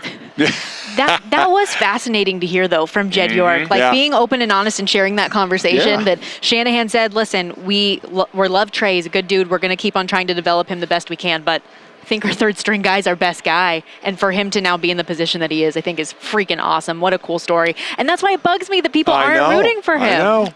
I do wonder if this week kind of water will find its level with a lot of that, because I don't know, what do you guys think the reason was for the reaction to him being what it was? I kind of think they put so much into Trey Lance that they wanted that to be true that they couldn't believe this story to be true. Like they gave up all those assets. But I'm talking about from the outside perspective, the reason why people have been hesitant to buy Brock Purdy. I think a lot of it is because, I've been in draft rooms. There's a lot of scouts that have erasers to the pencils. Oh, wait a minute. Let me go back and change how I graded that player. They don't want to be wrong. They want to be proven right. Yeah, they don't want to be wrong. Oh, no, wait a minute, that guy's no good. Like whatever happens on Sunday, Brock Purdy's going to be a good player on Monday. Yes. I mean, that's the reality. And San Francisco's future is very bright with him because they have 2 more years of a rookie contract. They can't even redo the deal. Yeah. So they can keep adding talent to around him. Now, eventually they're going to have to pay the piper, but no, I don't understand it. I think a lot of it goes back to nobody's willing to change their mind when they see a player.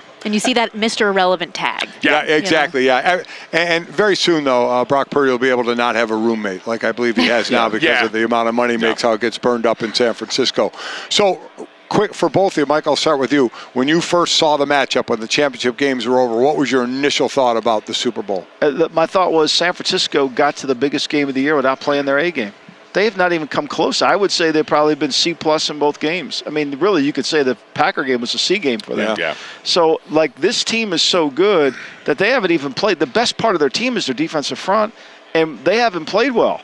I mean, people have run the ball on the edges. I don't think we'll see Chase Young in the starting lineup this week. I think they're going to have to put a bigger defender over at right end to be able to hold up against the running game that Andy Reid's going to want to try to run with Pacheco. So, for me, it was like that's what's kept me away from saying Kansas City's winning the game easy, is because I don't think we've seen the best effort out of San Francisco. And I know being a 49er fan I'm going through a lot. Oh, yeah.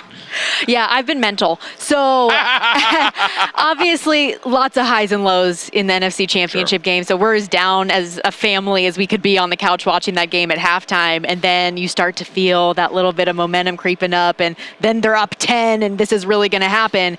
And so I was very excited at the end of that game that they completed the comeback, that they've lucked out back-to-back important playoff games. And then I came back down to earth within about 60 seconds because they had to have a rematch with the Kansas City Chiefs. And I still have a lot of wounds from 4 years ago. And that was a tough matchup. And it's really hard to play a team that feels like they're peaking at the right time, because Kansas City, we know all year we've talked about how they're vulnerable, how their wide receiver group leads the lead in drops and all these things.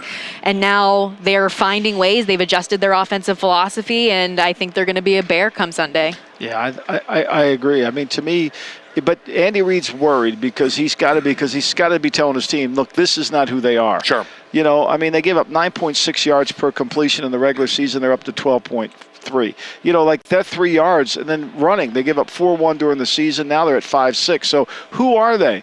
And if you're the coach of the Chiefs, you're saying they're the team that was the regular season. That's who we got to get ready for. So for the Chiefs and how they do get ready for that, Stormy, you mentioned it.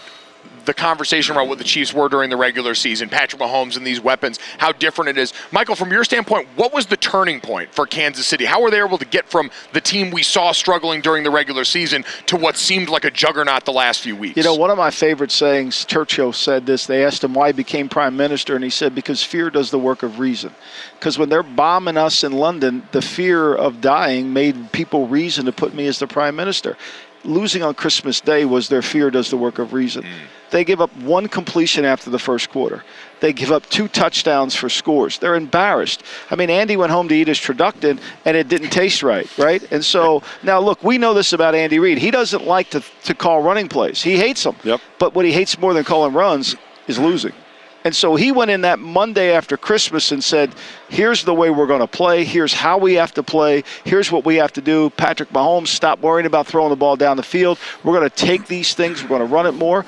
And that fear reasoned with the team, and that's why they're so good right now. They're playing to the strength of their defense. They average 23 points a game. They're only giving up 14. Like Stormy was saying today, they haven't scored over 31 points. I mean, they did it against the Raiders in the first game. They did it against the Chargers. But for the most part, they have to be methodical. They've had 19 drives of 7 plays or more. So that, to me, is the mark of a great coach. Andy Reid realizing, I got to do it. Andy Reid, I don't think it gets enough praise for everything that's going on for what he's done, probably because Philly didn't get to the Super Bowl enough, and when he got there the one time he lost, but he's a walk-in Hall of Famer with what he does now. I want to get to some of the coaching moves that went on, but Stormy, first, for this Super Bowl, some of the best prop bets. What do you think are going to be out there? Yeah. And if you like a teaser, she's got a teaser. My girl's a teaser now.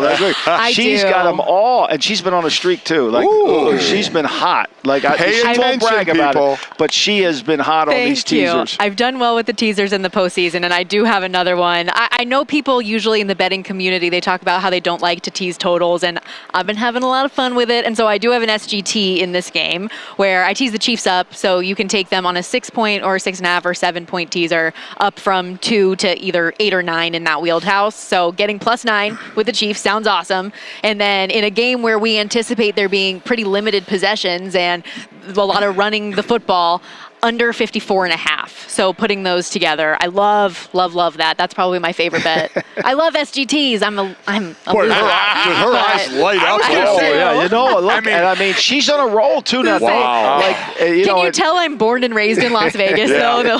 Like, I just can't wait. It's a home game for Stormy this week. It's no doubt. You're right. Yes. I hope everyone finds someone that loves them the way Stormy loves SGT. Yeah. Thank you. And then It's a beautiful thing we have together. You got everything in there. I do. I actually love Isaiah Pacheco specifically to have a rushing touchdown, because there's an anytime touchdown prop that's -125, -130 in pricing, but for him specifically to have a rushing score is +115. And of the 8 touchdowns he's had in the last 7 games, 7 of them have been on the ground, including all 3 in the playoffs. And we anticipate a lot of his usage in this game. That's right. So even though Andy doesn't want to, but man, I love watching that dude run. Right. Oh. God, sometimes I think it's Tyreek Hill with that jersey number. He wears and he explodes like he does. It Incredible. Really 7th-round pick. I mean, think about that. Two of the best players on the field, Mr. Irrelevant and awesome. Pacheco. Absolutely right. Oh, my God, yeah. Shout out to Jordan Lewis. He runs like he looks like he bites people. Yeah. That's the a best. tweet that will live in infamy. Yeah. The best line. Yeah. Also, I know how much you love Gatorade props. We've been talking, with red being the primary color of both of these teams,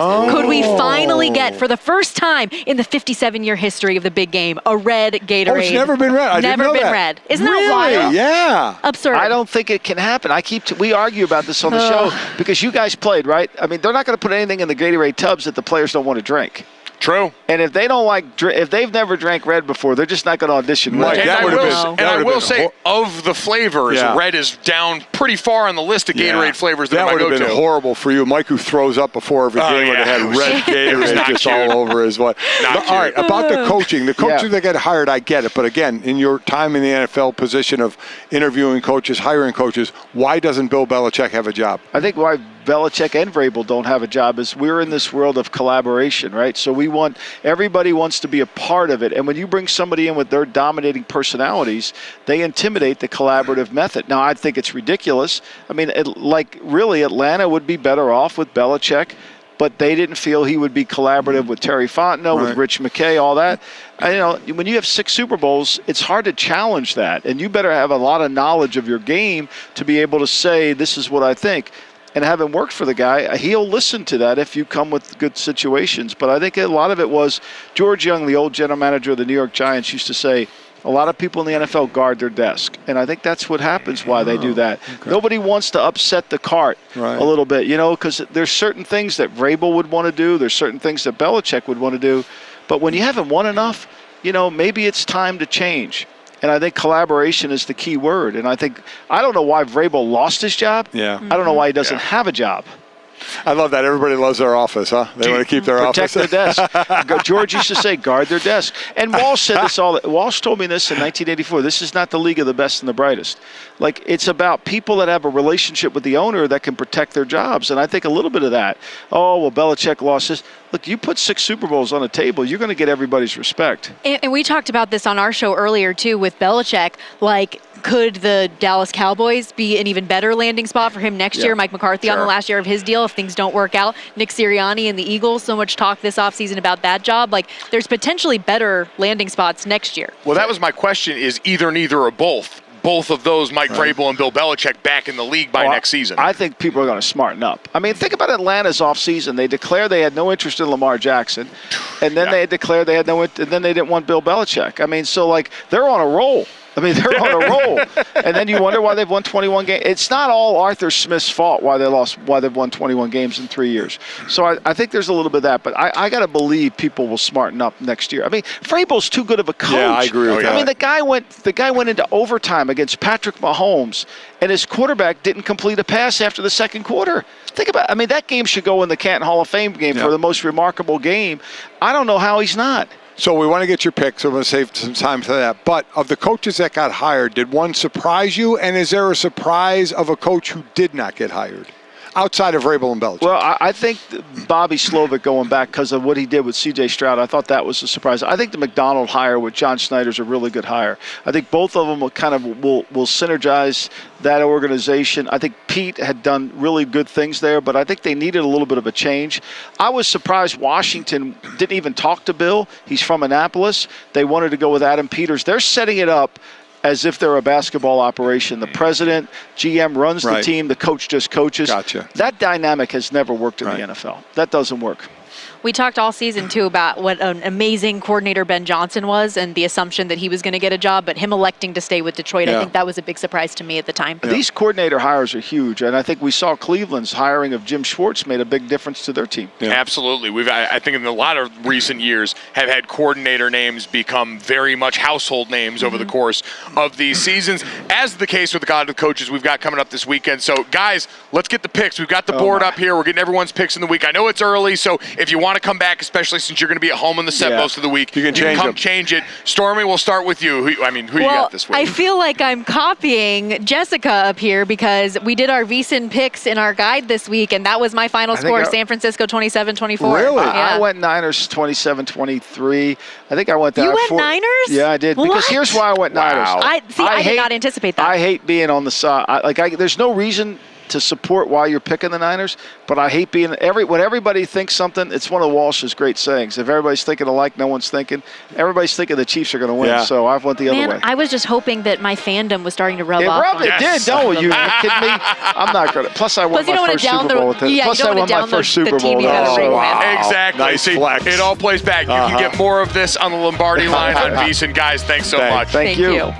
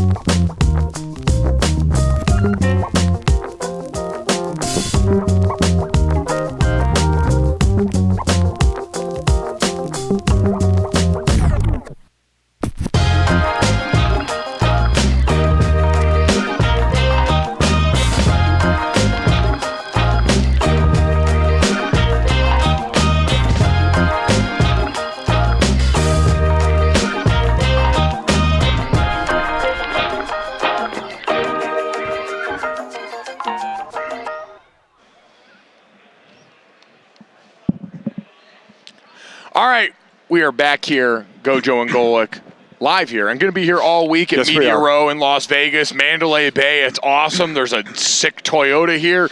We got the Bounty House over here that apparently is just serving wings They are. all the time that you can go up and get. They are. It's fantastic. Yes. I mean, listen, Super Bowl week is about people obviously wanting to show their wares, and we all benefit from that. We do. Right? We do indeed. Speaking of, we will have Aiden O'Connell and Jacoby Myers, who are there on behalf of Bounty, coming and joining us tomorrow. We are brought to you by Bayer Aspirin, the official sponsors of Fans' Hearts, to help you out with all of that. And, Dad, we talked a little bit with Stormy and Michael Lombardi about some of the coaching moves around the NFL. The head coaching hires were all taken care of. We're still working on coordinator hires.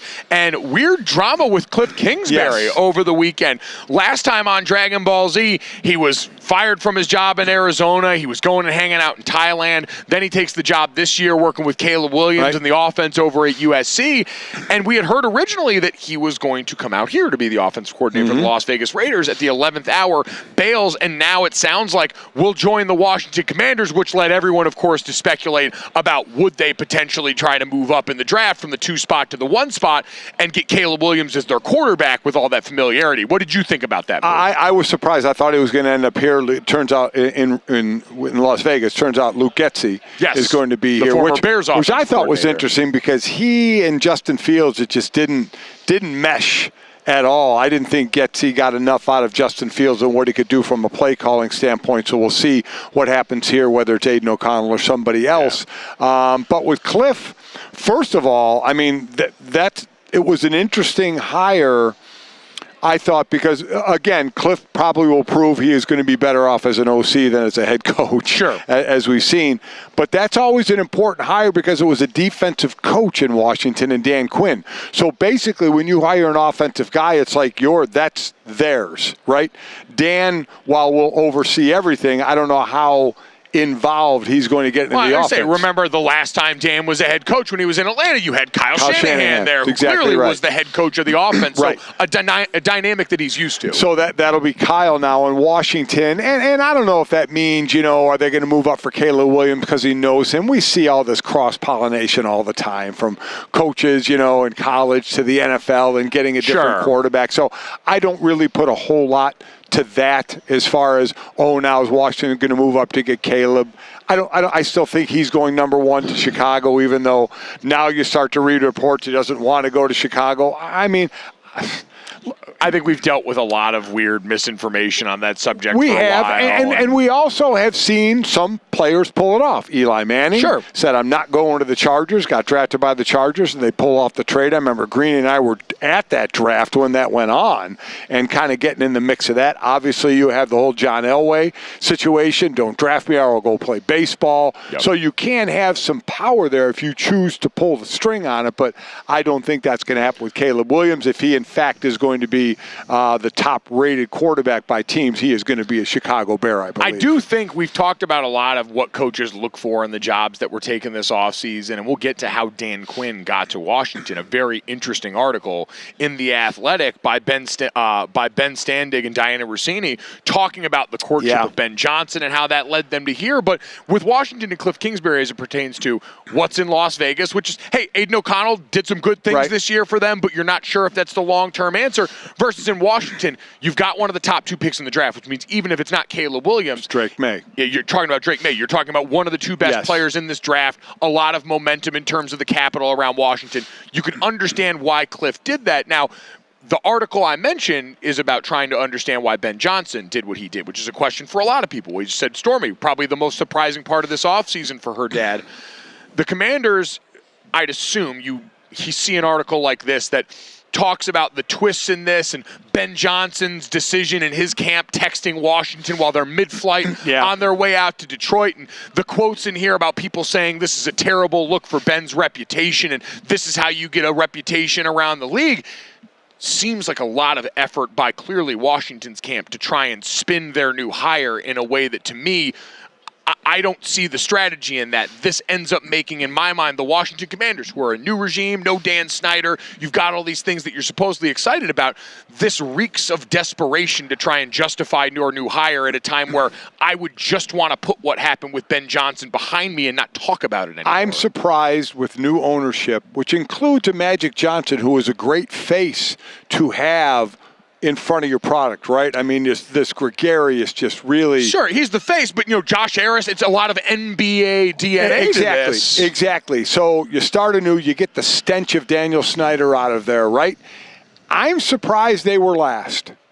Now, I didn't think they'd be first as a coach, hiring coaches, but I'm surprised they were last. And let's just say it for what it is. They didn't get their top choice. No. Even if it wasn't Ben Johnson... They didn't, when you're last, you didn't get your top choice. Right. There was talk about them pursuing Mike McDonald the same way that other teams did. Exactly. So I'm with you. Just move on from it. Don't try and spin something to say, we really got who we wanted. It wasn't there. I don't buy that. Just move on quietly and start your business. And this isn't downplaying Diana Rossini or any of the reporting here, but it's more saying, listen, this obviously seems like it's coming from the Washington side. And one of the quotes in there, a league source familiar with the situation said, outrageous, simply outrageous. That's not how you conduct business. It's how you ruin your reputation. This is my thing with this situation is Ben Johnson, if it went down that way, probably not ideal, right? To let them know on the way out, hey, we don't know the timing of that. We don't know what went into that. If that was the earliest he could let them know or whatever. Ben Johnson's reputation is going to be solely based on what he does at the helm of that Detroit offense. Yep. It's been laid in the last couple of years, and he's going to get another crack at them again this year. For the Washington front office, you're going to have draft picks, you're going to have a lot of that, but this is also something that's your reputation, and it's one you're trying to build anew in the post-Dan Snyder era in a way that this, to me, runs counter to. This ends up being a bad look more, I think, for the Washington Commanders than for Ben Johnson. I agree with that. I'll say this. Going forward, and I don't know how everybody interviews, but I'll say this. If Ben Johnson is sticking to the report of $15 million, he's not going to be a head coach. No, I'm telling you, nobody's ponying up a first-time head coach for that. Well, Jim Harbaugh got $16 million. Who's paying Ben Johnson $15 million? So we've heard a lot of the stuff, and again, this is part of all the stuff that comes out to maybe try and justify the move and what happened here, but you hear more, hey, maybe Ben Johnson doesn't interview the best, or maybe Ben Johnson has some reservations about making the jump at this juncture and wants more time there, and so the asking price is this way to say, hey, you're either going to get this Godfather offer or you're going to get what maybe you want more in your heart of hearts, and is to go back, but either way in that, because of the way he's produced, and if he continues to produce that way, he's not going to want for opportunities. Hell, Washington was ready to fly out there and sign it. It seemed like a done deal. He is going to have opportunities. There is no doubt about it. Which on the other side of that, another question come up, is Eric Bieniemy going to get any more opportunities? Yeah. That to me is a big question on the other side. Took a big gamble this year in Washington and obviously did not pay off. Coming up next, I don't know how it's taken us an hour and a half into the show. We're going to get to the biggest news in the world from last night. Next.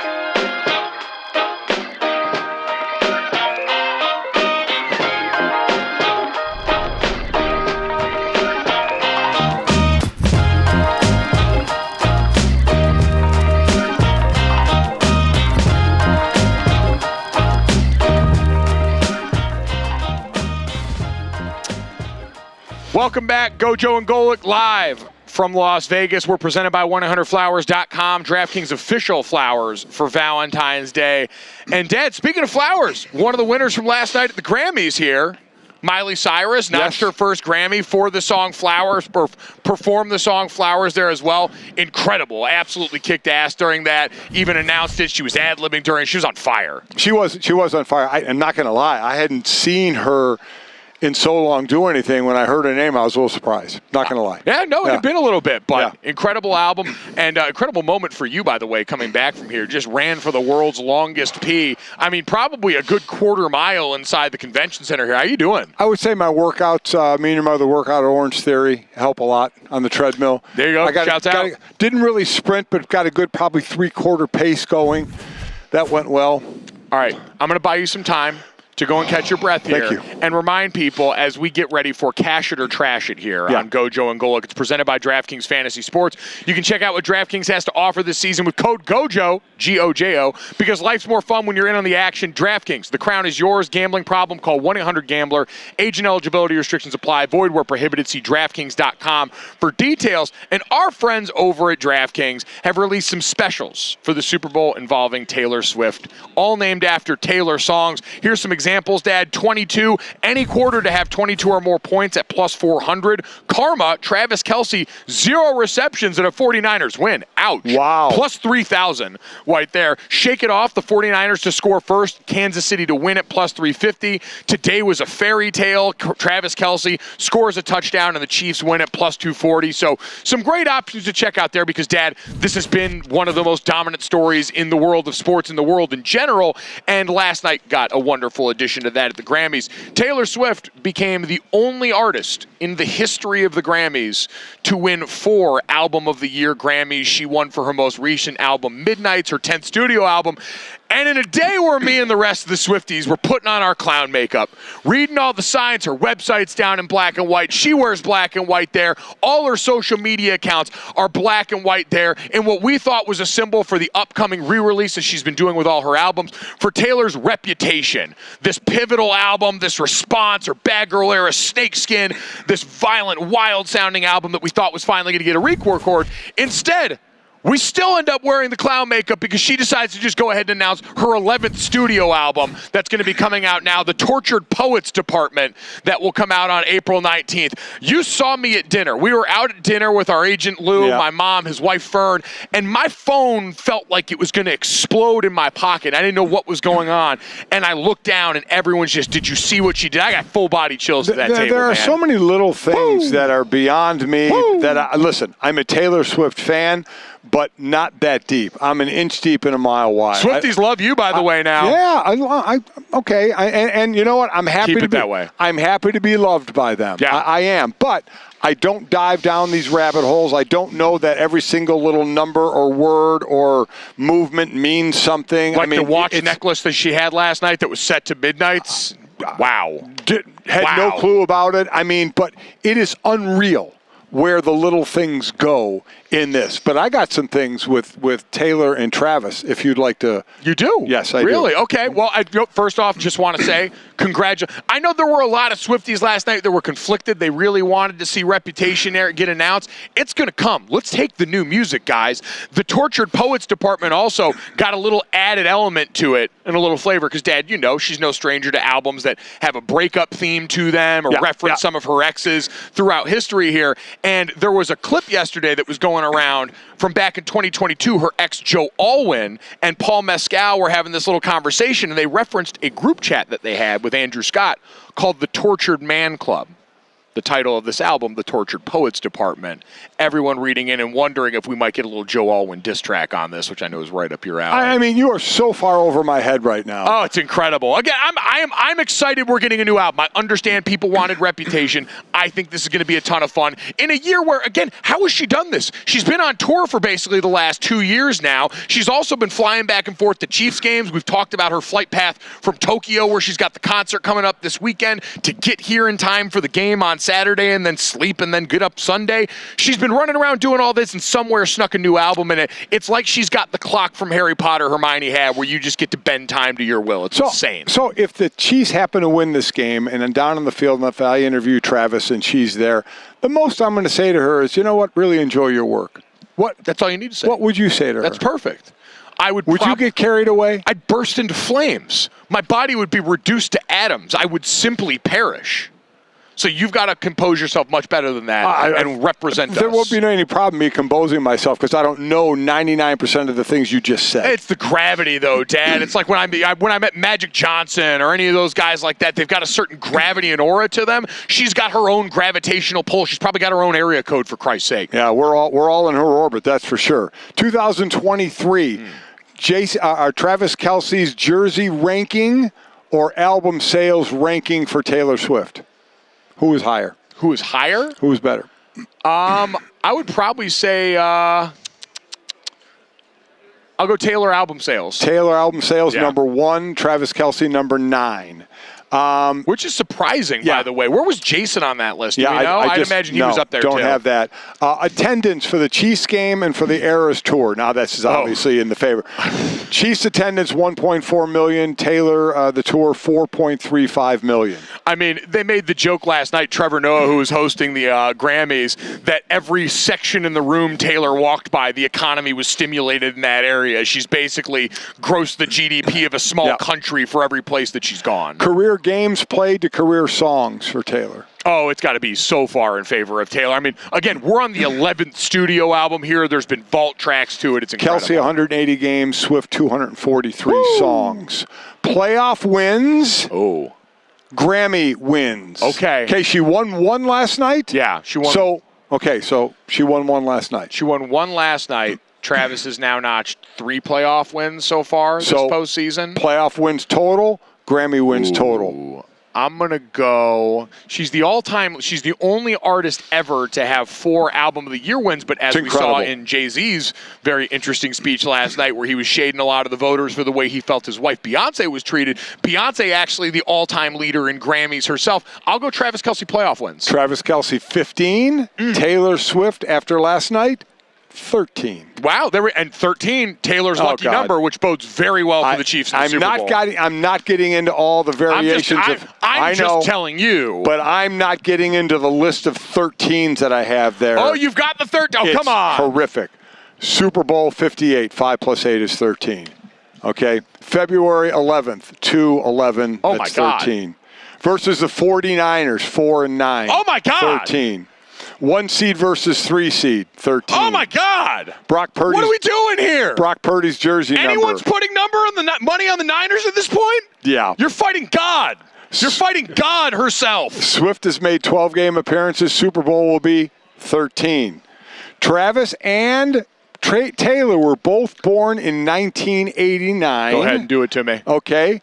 3 players on the active Super Bowl rosters were born in 89 as well, all on the Chiefs. Backup quarterback Blaine Gabbert and long snapper James Winchester, all born in 1989, along with you as well. Yeah, shouts out. And by the way, for those that said this affected Travis Kelce's play when she was at a game, with Taylor Swift at a game, 9-3, averaged 6.7 yards a reception, almost 80 yards a game, 5 touchdowns.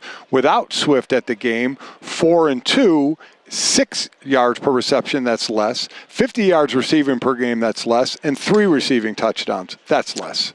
So did better when she was at the game. Proofs in the pudding, guys, for all you weird PSYOP people, for the people that have been trying to gatekeep the sport, keep all the Swifties out because you're afraid of what it does to your fragile psyche. Colin Cowherd dressed it down the other day. We picked up Colin in the car in Swiftyville. Dad, we picked up you the other day. You put her on the all-weekend team here. I'm happy to have you guys aboard. It's nice that you've seen the light. Like I said, and I could probably speak for Colin for this, we enjoy her work, and she's a megastar, and we don't understand anybody who has a problem with what's going on, and then we let people like you dive deeper into this, into all the different iterations of numbers and symbols and things. To quote the great late Alex Trebek, those people, losers.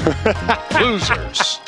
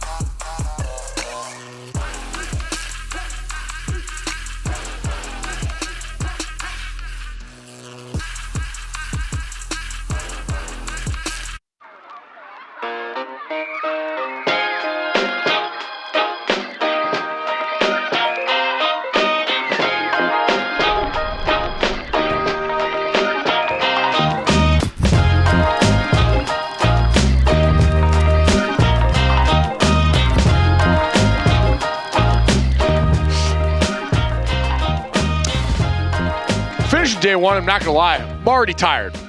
This is very scary. Very scary. Let me tell you, Thursday and Friday, you want to talk about being on fumes. God's strongest soldiers right here. Yeah. Fighting his toughest battles here. Don't say that just yet, because in case one of us doesn't show up one of those days. Fair point. One of us. I appreciate you throwing your hat in that ring as if the obvious candidate isn't here. Weekend observations forever. It's time to finish off the show the way we always do.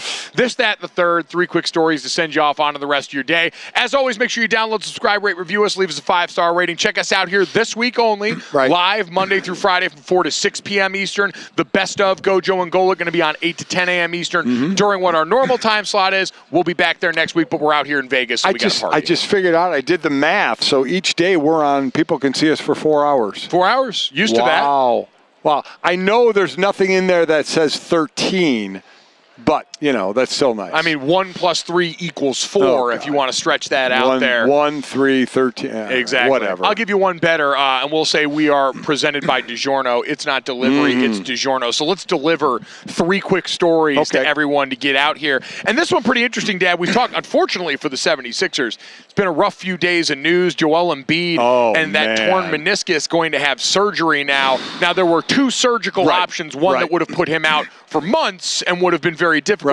This one, he does have a chance to return this season, but no doubt a massive blow to this team's future. Listen, they were at 3? I think they're at 5 or 6, so they've fallen. So where are they going to be by the time he can get back, if in fact he can get back at all, depending on the rehab from this? So what a blow. I mean, you wondered where this team was going to go. Tyrese Maxey stepped up big time once Harden left for the Clippers, and you kind of liked what you saw. But, man, these lower body injuries for big men. For 7-footers above that weight. And the meniscus, again, think of the meniscus as kind of that bumper between the bones, to kind of that shock absorber. Yep. And that starts getting messed up, man. That starts, wearing away and not being repaired, and then you can get scar tissue. Remember, when you repair something, the object is to let it heal, but then athletes go out and do the same thing on things, and you can get it hit again. You can have the scar tissue, and it can start all over again, get clean outs after that, and lead to obviously that new knee way down the road. But 76er fans don't care about that right now. Just when can we get him back on the court? And remember, this is the left knee. Yeah. The right knee was the one that actually had kept him out. So he's going to have a procedure to address that left meniscus, according to sources telling Adrian Wojnarowski. The team announced this on Sunday and said the door isn't closed on a return this season, and the timeline will be more apparent once doctors actually go in and complete the procedure. But, Dad, that's not even the biggest beef Sixers fans have right now. It's their mascot, who I had no idea that their mascot was a dog. Franklin the dog, last night when the Brooklyn Nets were in town, went and dapped up Ben Simmons, former Philadelphia 76er. Obviously, that relationship did not end great. But to Franklin, that didn't matter. And 76ers fans, we're not feeling that right now. I love the tweet from Barstool. Complete list of everybody in Philly that's forgiven Ben Simmons. 1, Sixers mascot. That's it. That's about it. And you know what? And I know Ben has said something about basically the haters out there, and I get it. A lot of people jumped on him, but there was always that, especially in Philly, man. I mean, if you were considered someone who was weak in any fashion or not giving their all, or that word soft that all athletes hate, man, that was going to get magnified in Philadelphia, and that's exactly what happened there. So for him, if it wasn't going to be the resurgence there, he needed to be somewhere else like he is now. He certainly did, and we've talked about this before with Ben, who's coming back from yet another injury right now. Yeah. You hope to see some semblance of that. Yes. But the one thing Ben's always going to be is himself. He's never lacked confidence, that's for sure. For some people, that's rubbed them the wrong way. Dad, let's get to that. Speaking of things going on in New York, FIFA announced the other day that as the World Cup is coming to America in 2026, the World Cup final will be played Sunday, July 19th in 2026 at MetLife Stadium in New York. So they are going to be the host for the World Cup final. Obviously, a lot of easy jokes coming off the expense of the MetLife playing surface that we've seen a lot of NFL players complain about. We know for the World Cup, they're rolling in grass for all that right now. Yes, Pop Up Soccer came in and said, hey, listen, if we're going to give you this bid, FIFA, the corruption that goes on at that level, somehow magically got grass to appear there when NFL players have been asking for that for years, and that cry falling on deaf ears. It's the greatest argument NFL players have. By far. Look what the most popular sport in the world. Yes. We're the most popular sport here in our little country. This is in the world, and they will only play on grass. And as the NFL has come out with their studies that say there's not significantly more injuries, not especially non-contact injuries, blah, blah, blah, blah. So they're not going to change it. But, this is a real big step of, again, NFL players. See? Look what they're doing. Look what they're doing. As I saw Chris Long tweet the other day, you bring a collection of the most expensive and coveted ACLs in the entire world into the United States for the bid, and it's amazing all of a sudden what gets done. By the way, would you say July 19th? I had trouble. Yeah, July 19th. July 19th? Well, it could be humid. Going to be sticky. Ooh. I did love FIFA's website. It's always like, this is what they think of you moment. Right. They gave fun facts about the New York, New Jersey area. Their fun facts. New York's most famous natives include NBA legend Michael Jordan and actress Scarlett Johansson. The iconic Monopoly board is largely based off the streets and locations within New Jersey's Atlantic City. The Yankees have won a world record 27 World Series titles, more than any other MLB team. And New Jersey-born U.S. men's national team legend Tim Howard's 16 saves against Belgium at Brazil in 2014 is a World Cup record. And also the famous leave the gun, take the cannoli scene from The Godfather. Yeah. That's what the world thinks of us. That's what they think of New York and New Jersey. It's one of the great lines after the dude catches 2 or 3 in the back of the head. Yeah. Leave the gun. Take the cannolis. Why don't we get to the third then, speaking of situations like that? Here's a headline for you. Pablo Escobar's invasive cocaine hippos are now apparently attacking people. So Pablo Escobar, famous Colombian drug lord back in the day, had a private zoo that included a group of hippos at that zoo. It started with, I believe, 4 hippos at that time and has now multiplied to a population of 170 in 40 years. 4 hippos, 3 women, 1 male. Baby. 170 now. Baby. Wow. It's getting done right there. Yeah. There have been reports of the hippos invading a schoolyard as well as terrorizing the local fishing communities, with some residents requiring hospital care after Dad, I'm not going to lie. If your encounter with a hippo ends with anything other than the grave, that is a blessing. That is a win. The fact that this is not just the death toll is remarkable. Remember when we got to go on the safari? In Africa. In Africa. What did they all tell us? That one of the most dangerous animals out there was the hippo. Terrifying. Snap you right in half. Absolutely. Look at that. It's the size of a small car just waltzing down the road. Absolutely terrifying. I would go nowhere near those things. They're large, and they are by far in charge. So, hey, they get their own space as far as I'm concerned. The Colombian environment minister, Susana Mohammed, said that they are in a race against time when it comes to, quote, permanent environmental and ecosystem impacts created by the hippos that they thought, if left unchecked, would have hit a population boom to about 1,020. Wow. Kind of works against your hysteria argument when you were predicting 1,000 by 2023, and you got 170. You know, it's not much. You kind of overestimated there, but also having a hippo problem, not something I would recommend for anybody. If you have 1,000 or you have 170, how many hippos does it take to kill a human? One. So honestly, I mean, probably like a baby hippo in the right spot, like a half hippo. You'd be going, oh, how cute, and then running for your life. They are adorable. They are. The hippo videos, a little baby hippos. The little baby going down the path, it is the cutest thing in the world. Too bad it'll grow up to probably chomp you. I know this sounds bad, but it always weirds me out when I read this headline that the hippos aren't actually on cocaine. I think in a world post-Cocaine Bear, the movie, when I hear this, I'm like, oh, which does, by the way, bring us to the next point here.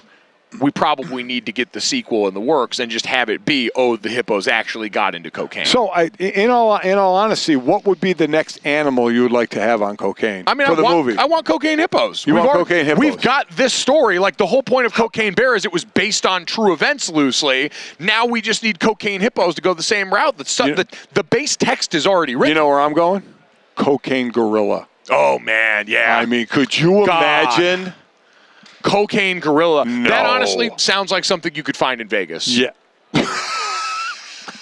Cocaine gorilla probably somewhere around here. We're going to go search it out. We're going to find it because we're going to be here all week. So stick with us. As always, download, subscribe, rate, and review. Leave us a 5-star rating. Check out everything on the DKN going on all week here, including us from 4 to 6 every day. Thanks so much. We'll talk to you tomorrow.